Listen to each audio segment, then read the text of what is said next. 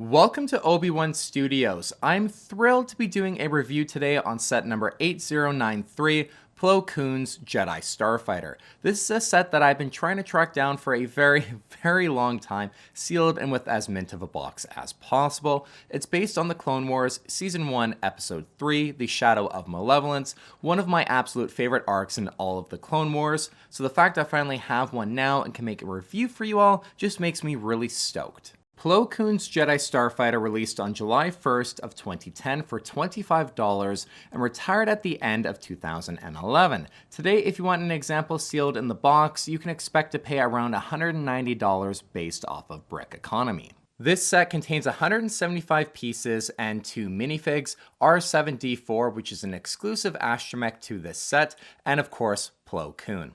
Honestly, I was super excited to just build this set, and if you appreciate me unsealing one for this review, please give the video a like and consider subscribing to my YouTube channel.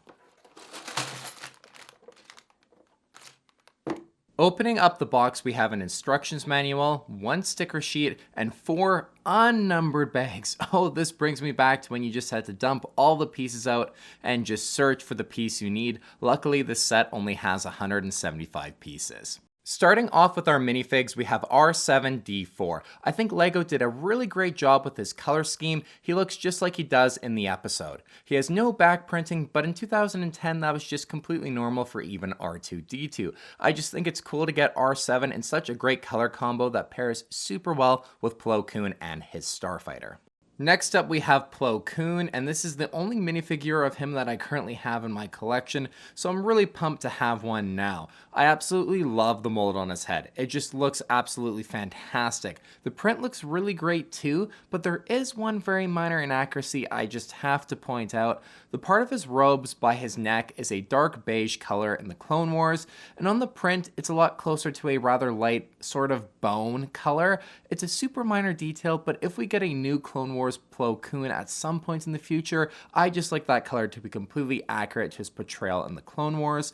He has no leg printing or back printing either, but again for 2010 this wasn't out of the ordinary, but that head mold alone honestly just makes him such an incredible minifig.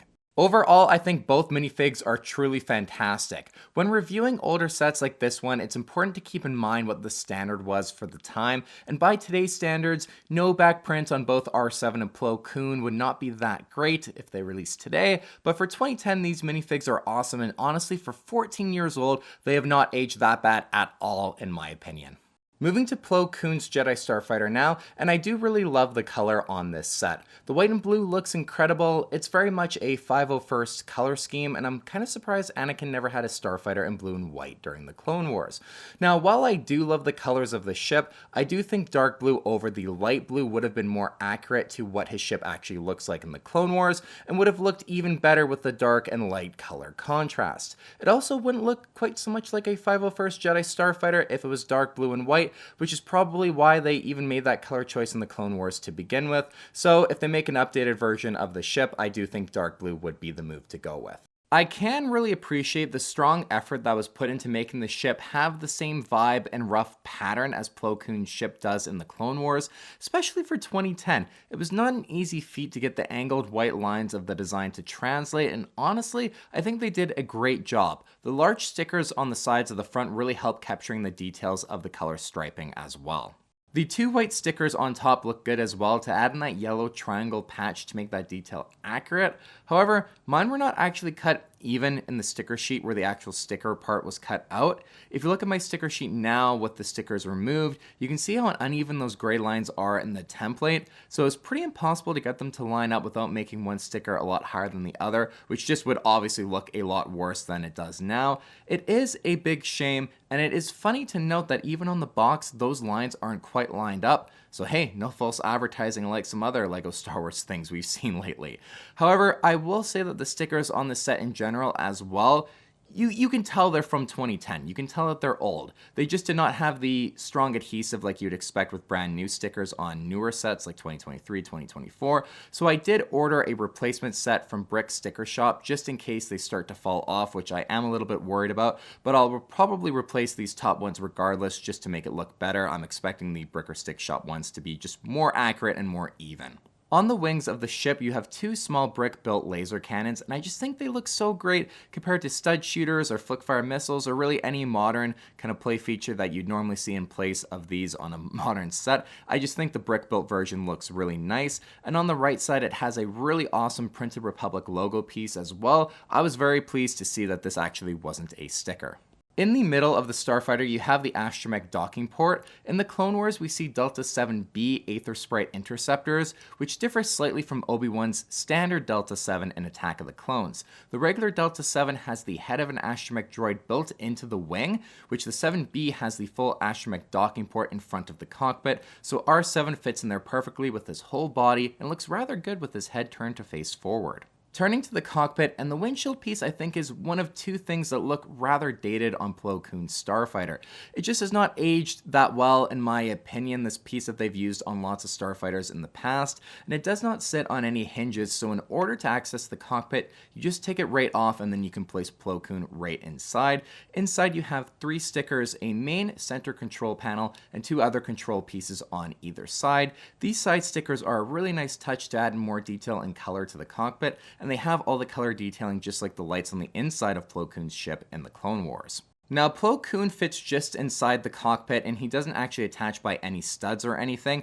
One of the main play features really with this set is the ability to push this Technic rod from under the ship and kind of eject him from the cockpit. The back of the box makes it look like you can really do this to a crazy degree and the windshield will come right off, but in reality, it's far too strongly connected for it to blast off when you attempt to eject him, and as well, he really doesn't fly out when you press the bottom of that Technic piece up. I've tried to use a decent amount of force, and he really just kind of falls a bit up and kind of upper into the cockpit. He doesn't really fly out like you'd expect when you eject him, but still a fun play feature nonetheless. On the right side, just under the cockpit, there is a clip to place Plo Koon's lightsaber, just so it doesn't get lost during play. These clips never look great when they are more obvious, and I'd way preferred it to be integrated under the wings or underneath the main hull of the ship, just something like that instead of right on top.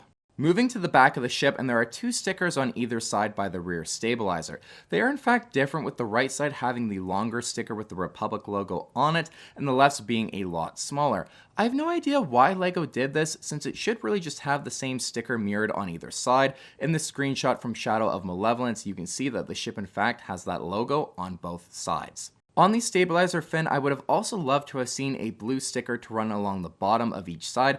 That would have made it just more accurate as well and made that rear fin not look quite so bare. The engines are mounted right under the wings, and they just utilize these large engine pieces. This is the other thing that just hasn't aged that well in my opinion. There's no engine light piece on the ends, just these open gaps. Luckily, in most angles you don't even see them sticking out from under the rear of the wings, which is a good thing. The ship does have landing gear as well that is fully retractable. The 3 legs just fold up towards the underside. It's a simple system and it really works. Overall, I just love this set. It really brings me back to one of my favorite arcs of the Clone Wars. I do have a Sealed Malevolence that I'm going to make a review on when I hit 1,000 subscribers, so please consider subscribing to the channel if you liked today's review and want to see a review on the Malevolence as well. I also want to get Anakin's Y-Wing to complete the 3 sets based on the whole Malevolence arc and display them all together, which I think would look just awesome. I also would love for LEGO to make an updated Plo Koon Starfighter, maybe add in a hyperdrive ring as well to make the set even better and more accurate to the Shadow of Malevolence episode. If you are a fan of the Clone Wars and don't have this set, I think it is totally worth grabbing. It's just awesome. And while $190 is a lot for such a small set, Plo Koon's Jedi Starfighter is one of the coolest examples of the ship that LEGO's ever made in my opinion, and when you remember it's 14 years old, I do think the price is relatively reasonable for a sealed example. R7 and Plo Koon are great minifigs, and I am super happy to add both to my collection, along with what I think is one of the best looking Jedi Starfighters LEGO has ever made. Thank you so much for watching today's video. Remember to like the video and check out my channel for other LEGO Star Wars videos, and we will see you on the next LEGO Star Wars review.